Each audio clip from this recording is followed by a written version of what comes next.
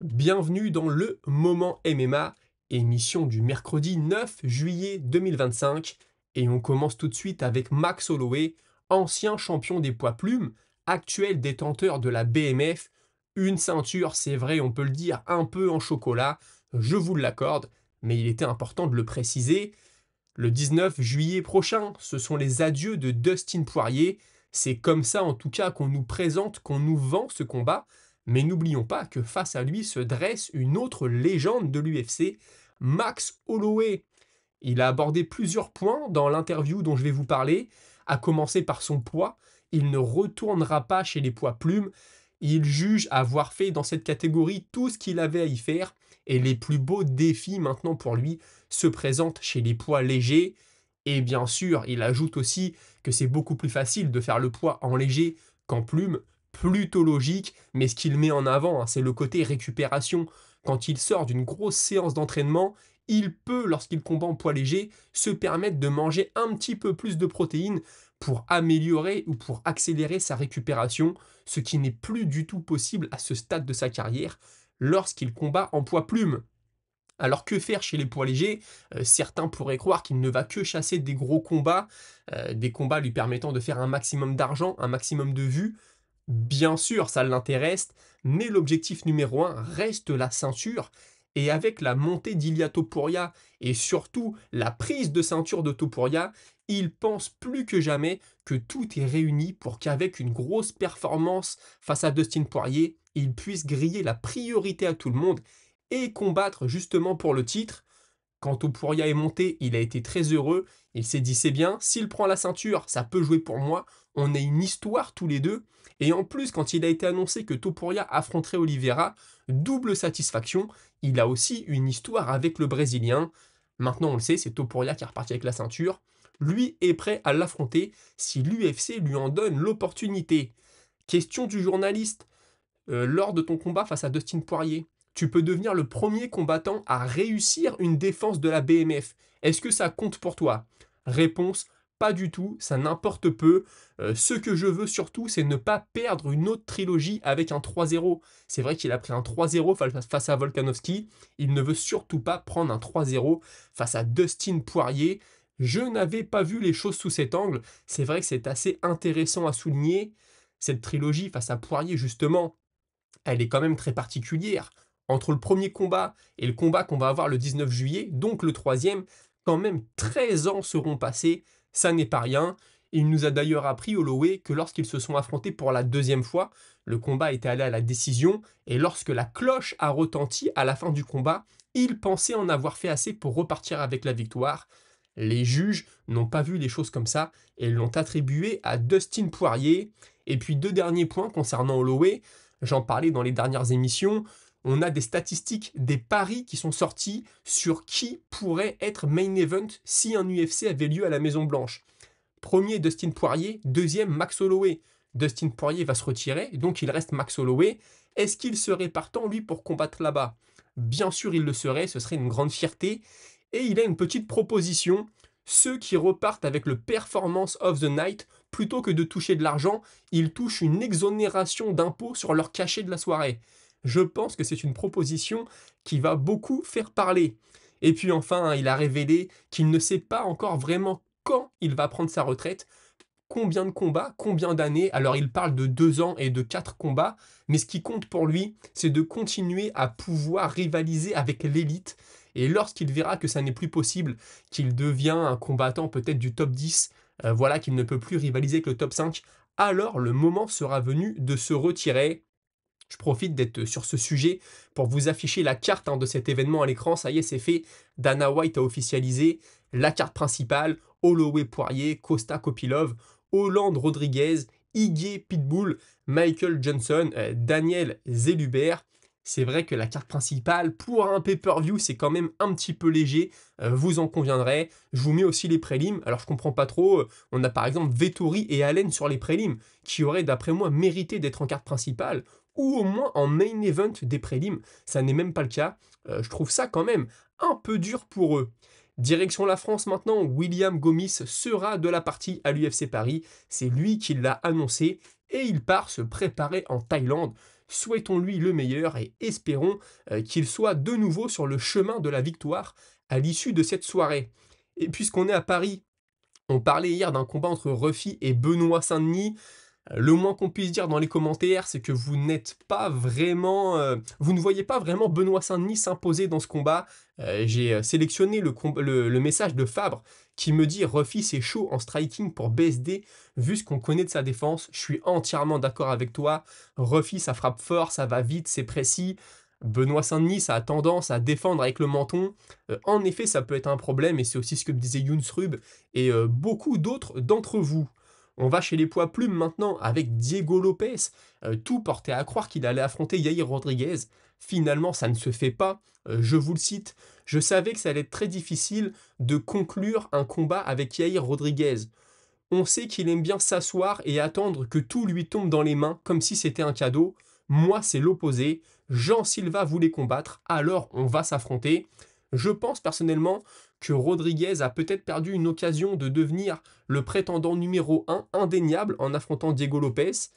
Peut-être de nouveau de griller la priorité à Movsar Evloev, hein. Moi je pense que lui il a fait ce qu'il fallait, Evloev. Malheureusement il faut qu'il combatte encore et encore. Rodriguez, il a souvent un peu plus de privilèges que le russe, donc peut-être qu'il se dit qu'en attendant, ça va lui tomber tout cuit dans le bec, comme le dit Lopez. Mais là, quand tu as un Lopez contre Jean Silva, moi personnellement, je pense que le vainqueur aura sa chance à la ceinture, même si bien sûr tout peut se passer. Et puis Lopez, d'ailleurs, il est très conscient de ça, il l'a dit, si je bats Jean Silva, je pense qu'en décembre ou en janvier, je pourrai de nouveau combattre pour la ceinture. En parlant de cette catégorie, le champion Alexander Volkanovski est revenu sur sa défaite face à Ilia Topuria et il le dit une nouvelle fois, c'est vrai, avec le recul, je n'aurais pas dû revenir aussi vite suite à mon combat contre Islam Makhachev, je n'étais pas au top et donc j'ai perdu, j'aurais dû prendre un break. Malheureusement, je ne l'ai pas fait. Alors, il ne se cherche pas des excuses, hein, Volkanovski, c'est pas le genre du garçon, mais il explique, et c'est vrai qu'à l'époque, quand lui nous disait non, c'est bon, je suis remis à 100%, c'était juste un accident face à Makhachev, tout le monde savait bien dans un coin de sa tête que Volkanovski revenait un peu trop tôt. Descendons toujours de catégorie avec les flyweight. Hier, on apprenait que Brandon Moreno avait accepté d'affronter Brandon Royval lors de l'événement de l'UFC Mexico pour le mois de septembre. Ça sera d'ailleurs le troisième combat entre les deux hommes. Ils sont à un partout. Aujourd'hui, c'est Royval qui confirme. L'UFC Noche a-t-elle été bookée déjà? Donc oui, ça on le sait. On est à un partout avec l'assassin Baby, c'est Brandon Moreno. Il semble donc qu'on pourrait avoir ce combat à l'UFC Noche au mois de septembre. Toujours dans la catégorie, un sujet assez intéressant, je vais vous parler de Charles Johnson. Pourquoi? Parce qu'on a Temirov qui a été chopé pour dopage et donc qui est sorti de son combat qui devait avoir lieu le 26 juillet. Et Charles Johnson a tweeté: donc le gars qui a stoppé ma série de 4 victoires vient juste de se faire choper pour stéroïdes. Je ne suis pas surpris. Ok, il a eu un échantillon qui est revenu clean pendant notre Fight Week, la semaine de notre combat, mais ces gars-là sont des scientifiques. Et maintenant, qu'est-ce qu'on fait de mes opportunités? De la moitié de la paye que j'ai eue lors de ma défaite, de ma tranquillité d'esprit. J'ai besoin de plus d'informations. Où est le deuxième échantillon de notre combat? Moi, j'ai passé 20 mois en Thaïlande, j'ai chopé des staffs, j'ai chopé des boutons jaunes, et puis j'avais des trous partout sur la peau, et pourtant je n'ai jamais rien pris d'illégal, il n'y a pas d'excuse. Pourquoi j'ai sorti cette information? Parce que c'est vrai, quand un combattant est chopé pour stéroïdes, on se pose la question, était-il chargé aussi lors de ses combats précédents et toutes les opportunités qu'il a fait perdre à ses adversaires? Charles Johnson, il a raison, il a coupé sa série de 4 victoires, il lui a fait perdre de l'argent, il lui a fait perdre des opportunités, etc. Surtout quand tu en es au niveau de Charles Johnson, ça change ta vie de perdre un combat, tu perds de l'argent, c'est énorme pour toi, tu fais pas des grosses payes. Donc je trouvais que c'était un sujet intéressant à soulever. Leon Edwards nous apprend qu'il aimerait être de retour en octobre ou en novembre. Hier, il était appelé par Michael Morales. Est-ce que ce sera ce combat? Je n'en sais rien. Anthony Smith, qui est à la retraite depuis son dernier combat, il est parti sur une sale série, on l'a vu prendre de très mauvais KO. Il était temps en effet pour lui de se retirer. Sachez qu'il est prêt à revenir pour un événement à la Maison Blanche. Lui qui combattait en poids lourd léger sur la fin de carrière, voudrait maintenant combattre chez les poids lourds. très honnêtement, je pense que ce serait une très mauvaise idée pour Anthony Smith. Mais comme on parle de l'événement à la Maison Blanche, j'en profite pour vous lire le commentaire assez intéressant de Michael Pesanti qui me dit: oui, un McGregor contre Chandler serait bridé par la modestie du nombre de places à la Maison Blanche. Mais un tel combat ne peut exister que là-bas, puisque c'est le seul événement qui semble intéresser un McGregor ou un Jones.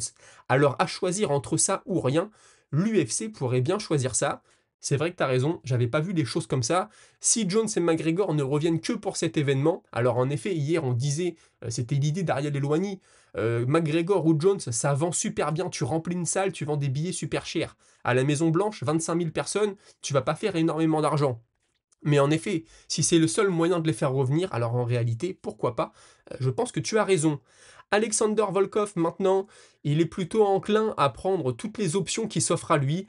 Il dit on verra. Maintenant, ce qui est sûr, c'est que je préférais que l'UFC m'appelle et me dise que mon dernier combat était une erreur et que donc je vais accéder au titre.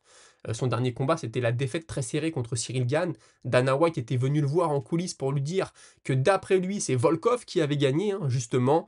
Mais sinon, en tout cas, il sera prêt à affronter n'importe qui en octobre ou en novembre. Vous connaissez Craig Jones, ce combattant de grappling de jiu-jitsu brésilien qui est souvent dans le coin des combattants australiens type Volkanovski et Jack Della Maddalena. Il a un petit différent avec l'UFC. Pourquoi? Parce que lui travaille en étroite collaboration avec le karaté combat et ils organisent des événements de grappling. L'UFC s'est lancé dans la promotion de grappling, vous le savez, et lui accuse l'UFC de lui avoir volé son principe et aussi d'exploiter les combattants avec des contrats d'exclusivité, de les sous-payer, etc., etc. Donc l'UFC n'est pas vraiment OK avec ça, et il le dit, l'UFC me déteste, mais il déteste aussi les lutteurs dagestanais. Jack Della Maddalena va combattre Islam Makhachev. Donc là, l'UFC a un dilemme. Ils se disent merde, on déteste ce gars, en parlant de lui, Craig Jones. Mais on déteste aussi les lutteurs. Je les ai aidés à se débarrasser de Bilal Muhammad. Attendez un petit peu et je vais les aider à se débarrasser d'Islam Makhachev. En gros, ce qu'il dit, c'est que l'UFC aimerait bien le bannir de ces événements, même le bannir d'être dans le coin des combattants. Moi, je trouve ça un peu gros personnellement.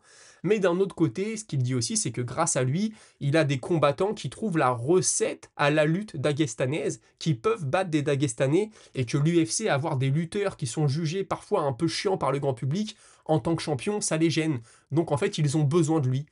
Je ne sais pas si c'est vrai, mais par contre, ce sur quoi je le rejoins, c'est qu'il a beaucoup aidé certains combattants, surtout les Australiens, à progresser au sol et même à poser problème aux lutteurs dagestanais, qui jusqu'à maintenant étaient quand même connus pour être les meilleurs au monde. Et on termine, hier je vous parlais de Sean Strickland qui se serait fait éjecter, qui se serait fait virer de la salle de Dan Henderson, pardon. Strickland a dit que c'était faux, etc. Et on a Desinator Rapidovic, tu m'excuseras, qui me dit en tout cas Strickland Prime contre Dan Endo Prime, Sean aurait pas fait un pli. Bon, je suis plutôt d'accord avec toi. Et puis on a UFC Analyse et Pronostic qui ajoute l'autre soir je revoyais les combats de Karitonov au Pride et je me disais que peu de poids lourds de l'UFC pourraient lui faire face aujourd'hui. L'âge d'or des heavyweights, c'était vraiment au Pride. Je suis plutôt d'accord avec toi. Les mauvaises langues, comme je te dirais, te répondront que la soupe était différente, que les produits ingérés étaient différents. Mais comme je dis souvent, d'après moi, aujourd'hui, les poids lourds ont quand même un bon niveau à l'UFC, même si la catégorie a été bloquée depuis un petit moment maintenant. Les amis, merci beaucoup d'avoir suivi. On se retrouve très prochainement pour une nouvelle vidéo dédiée à l'actualité du MMA. D'ici là, suivez-moi gratuitement sur toutes les autres plateformes, notamment Patreon, et portez-vous tous très bien. Salut!